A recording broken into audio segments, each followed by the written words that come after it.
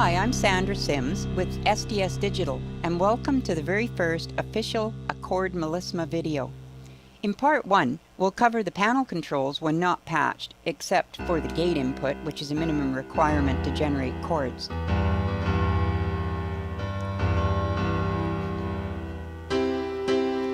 Long gates like these will generate long notes in true timing proportion.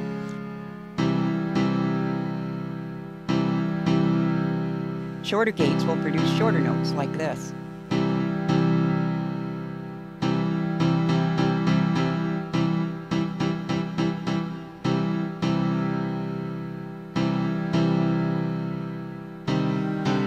Anyway, back to the knobs. The chord knob can select up to 60 chords from any one of 5 lists. 4 of these lists can be created by the user.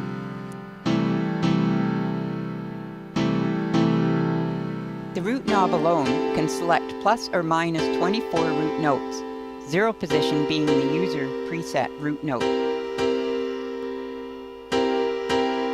The inversion knob allows true musical inversions to be selected. The number of inversions can vary with the number of notes in a chord. This chord has 4 notes, so 3 inversions are possible.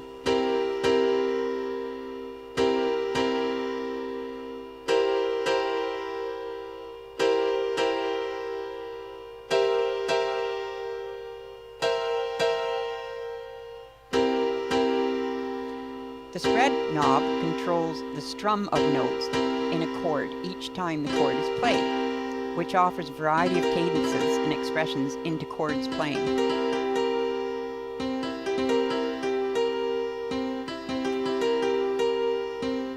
Spread can vary from 0 to 2 seconds between each note, as you'll hear. Up to 40 note-ons can be in the cue, so overlapping different chords and note lengths is a very interesting possibility.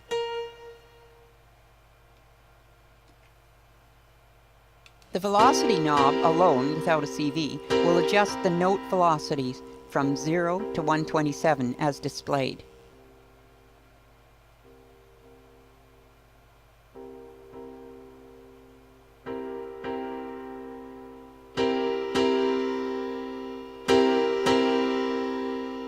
The MIDI CC knob, depending on what it is assigned to do, can be any MIDI CC on any channel, a program change control on any channel, a bender or a pitch wheel on any channel, or a global aftertouch control.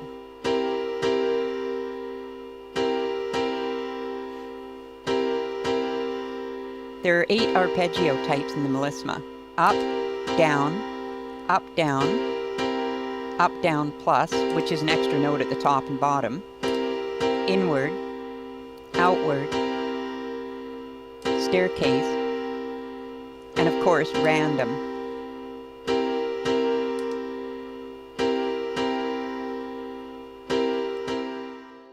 Part 2. Gate, hold, and A-clock digital inputs. In order for a chord and root to be registered, a gate input is required. A benefit of this is that a chord and root can be selected but not heard. The exception to this rule is root and chord progressions. Pulses to either of those inputs will trigger a gate. That will be covered later. The gate controls the note's lengths in the chord, but also in an arpeggio. The hold input will disconnect the gate from playing chords and wait for a pulse on the A clock, aka arc clock, to play each note in the chord.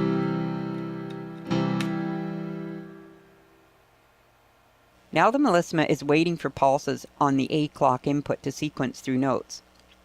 I'll use a rhythm to supply the clock. This is a constant series of pulses, but doesn't have to be. There can be bursts of pulses or random pulses. This opens up a whole new realm of possibilities, as you can imagine.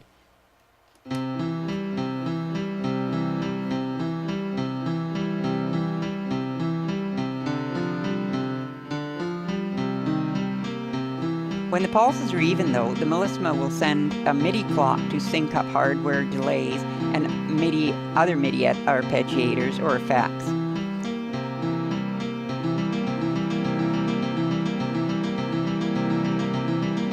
gate input has no bearing on the timing of the arpeggiator other than the note lengths, and is required to change the chords and root notes.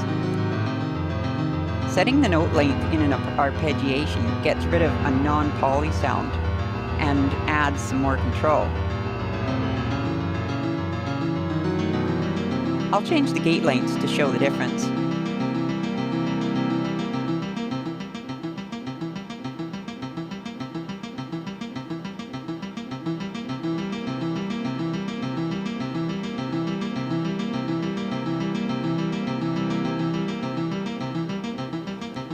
Notice how smoothly the arpeggiation changes between chord and root note changes,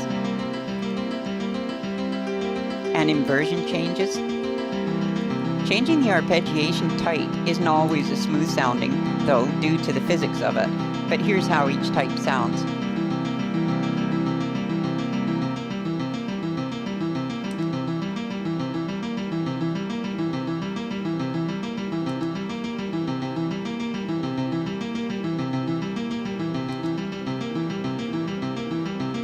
As with all arpeggiators, the size of the chord affects the repetition of the sequence. The Melisma has chords from 3 notes to 7 notes, mostly in that order, so it can sound quite different despite the arp type remaining the same.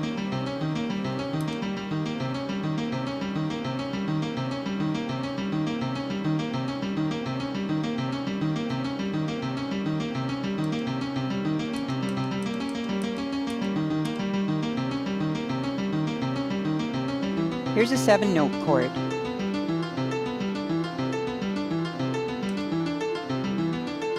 Here's a pause in the 8-clock train, and how the arp is also paused.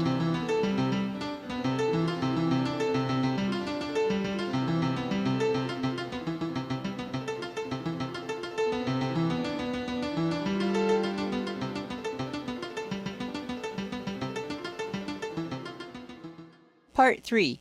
Root and Chord CV jacks with the corresponding knobs. When used with any non-digital voltage, these jacks control the root and chord selection. The root, or key, is 1 volt per octave from -5 to +5 volts. The knob acts as a plus or minus 24 note offset, or the equivalent of plus or minus 2 volts.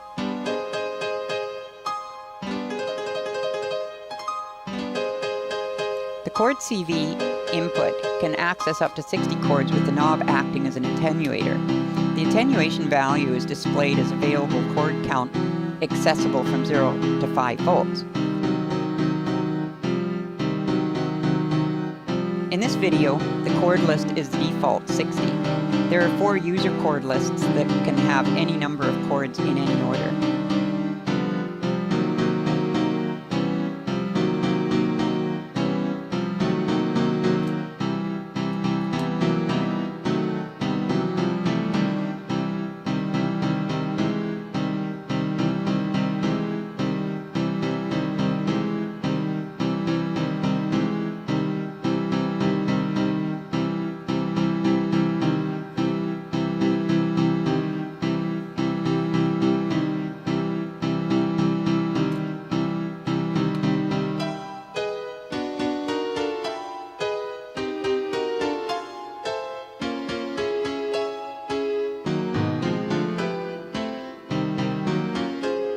Part 4. Chord and Root Progressions. A second way to play chords and root notes is progression modes. When a digital pulse is received instead of an analog voltage, the Melisma will set that jack to progression mode. Here are some fast root changes. Each jack in progression mode will load and trigger a chord without the gate input, but the gate is still required to set note lengths.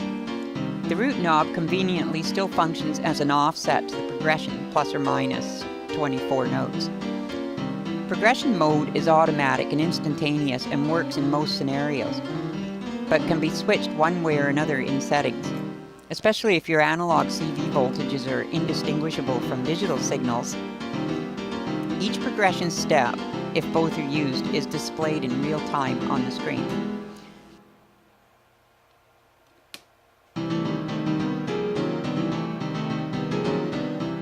The user progression list can be changed at any time by scrolling to Prog List and selecting a different one. In order to be regarded as a progression trigger, the signal must go from near zero to over 4 volts in 1 millisecond.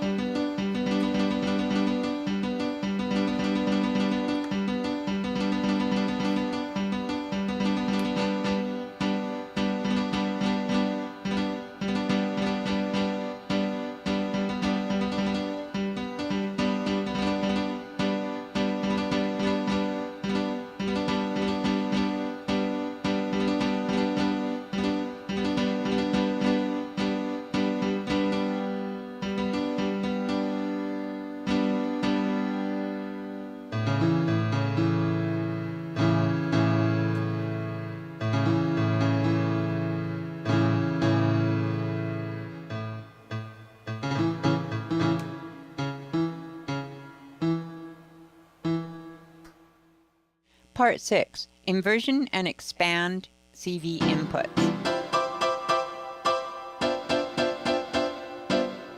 The chord inversions are musically logical and really freshen up a sequence by setting the root note to a new value within that chord, then playing the rest of the notes without repeating them.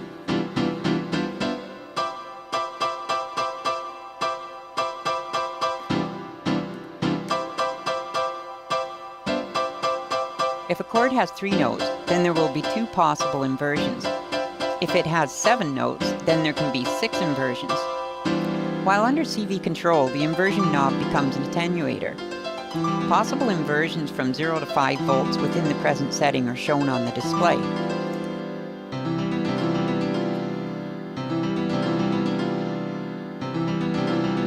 The Expand CV input widens the chord's notes out by increasingly skipping certain notes, but in a way that all are still played.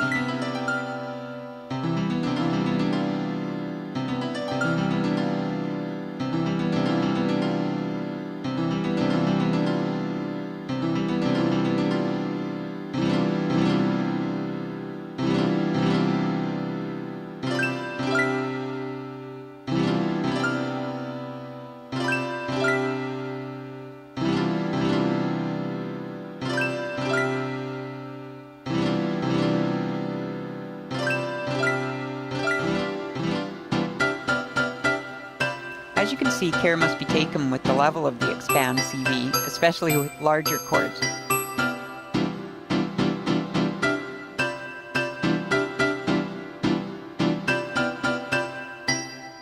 When inversions and expand are used together, things get pretty magical.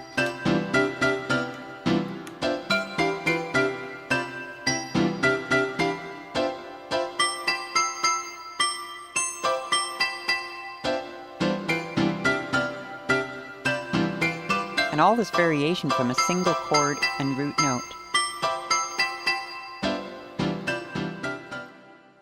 Part 7.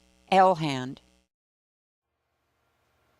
Lhand is what the left hand might be doing while playing a piano, either setting the foundation for the melody or providing bass notes to complement the chords. Lhand is very different from all the other jacks.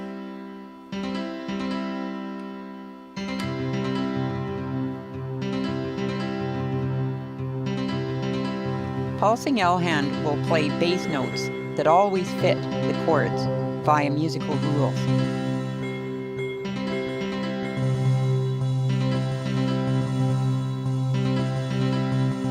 As you can hear, the MIDI output for Lhand can be on a different channel, similar to that of a split keyboard. I am selecting the instrument with the CC control that has been set up to be a MIDI program change.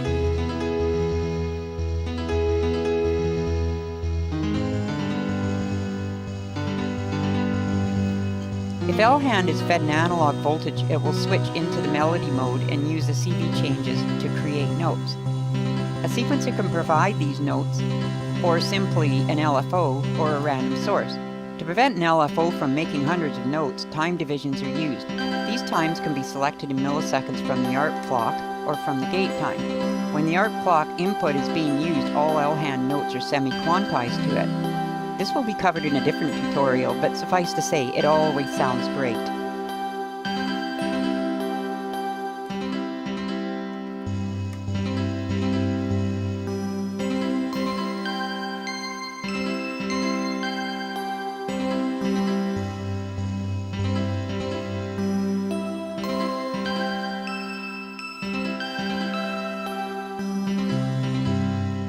Up to now, Lhand CV mode has been using a preset time of 100 milliseconds, which is okay for a CV sequence, but with an LFO it doesn't sound very good.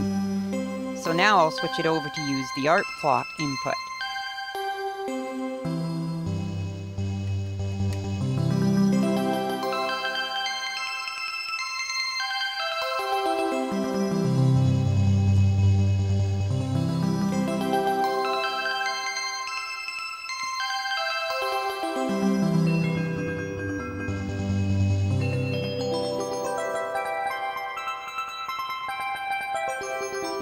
Here it is using the ARP clock 1 to 1, now 2 to 1,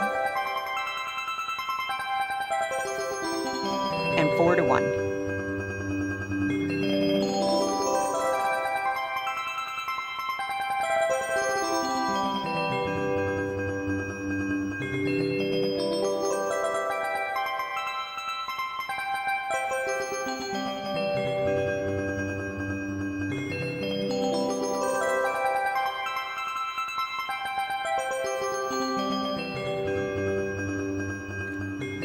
The ARP clock doesn't have to be an even stream either.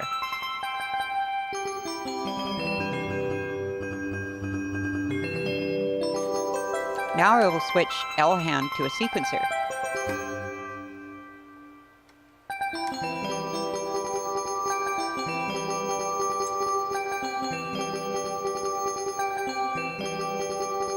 The Lhand CV change sensitivity is adjustable, so it can detect pretty small changes within one semitone, so the same note can be played over and over.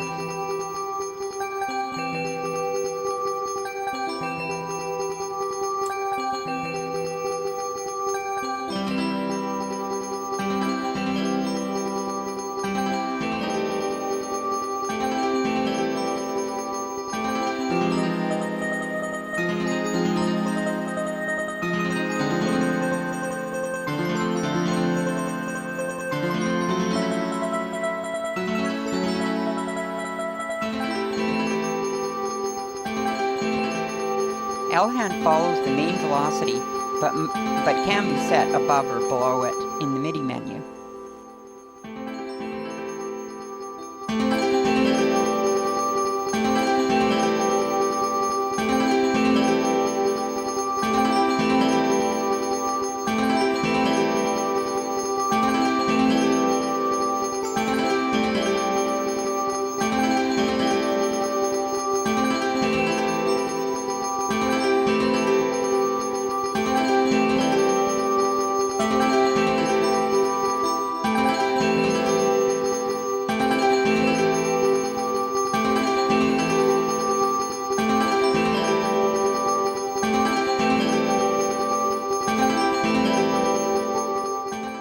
So here's the big finale. All of these inputs together can create an expanse of possibilities equaled only by the rack you have mounted the Melisma into. Here's the Melisma controlled by fairly random and minimally planned sources and small changes in gate size and speed, along with a slow CV step sequence. I hope you have enjoyed this tour of the Chord Melisma and will consider adding one to your rack. I'm Sandra Sims, and remember, keep on patchin'!